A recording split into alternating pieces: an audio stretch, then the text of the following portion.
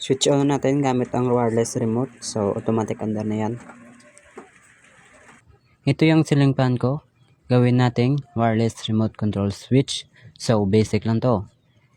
So, putulin natin dito malapit sa plug, yung ating linya.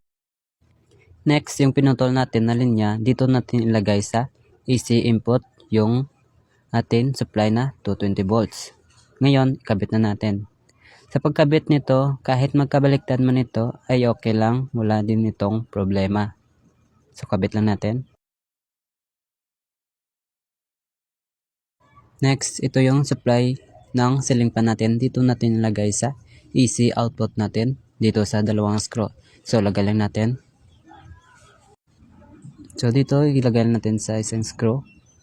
Sa pagkabit nito, kahit magkabaliktad man ito, ay okay lang. Wala rin itong problema. So, kabit lang natin. Ngayon, ayaan lang natin na naka-on yung switch ng ceiling fan natin. Kasi kapag ni-on natin sa wireless remote control switch, ay automatic na yan. So ngayon guys, dyan ko lang nilagay yung wireless remote control switch natin. Ngayon, di na tayo tatayo para mag-switch on dyan sa switch ng ceiling fan natin. So ito na yung wireless remote control switch. Ang kusa mag-switch on dyan. So switch on natin.